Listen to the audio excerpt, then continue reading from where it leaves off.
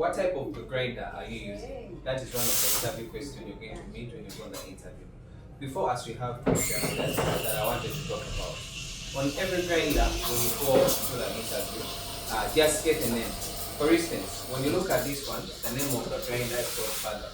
When you look at this one, the name of the grinder is called Sculptor, and when you look at this one, the name of the grinder is called Baratata. So when you make that question on the interview, check the grinder you're using at your workstation. It will be having that same name.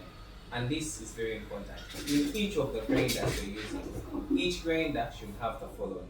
Every grinder has to have what we call a cover on it. It should have what we call a bean hooper.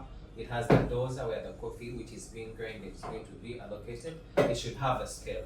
And most of the baristas find the challenge getting the grind size, thinking it's going to be in the exact number. For instance, this grinder has a scale of 0 to 40, whereas this one has a scale which is, if I'm low, it's from 0 to 18, and this is from 0 to 11. Now, of each of the three grinders, you have to know that you have to get the 5 grind size as stated in your study. So note it.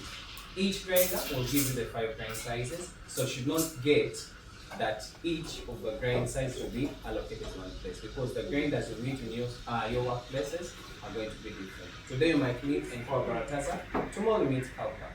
Tomorrow you meet Scalper, the other day you meet Follow. I'm not saying this is the only grinders you're going to be using, but when you go in the cafe, you might meet different grinders. Now, as you're concluding, more of the details will be here if you come for the session. Come know more deep about the coffee and the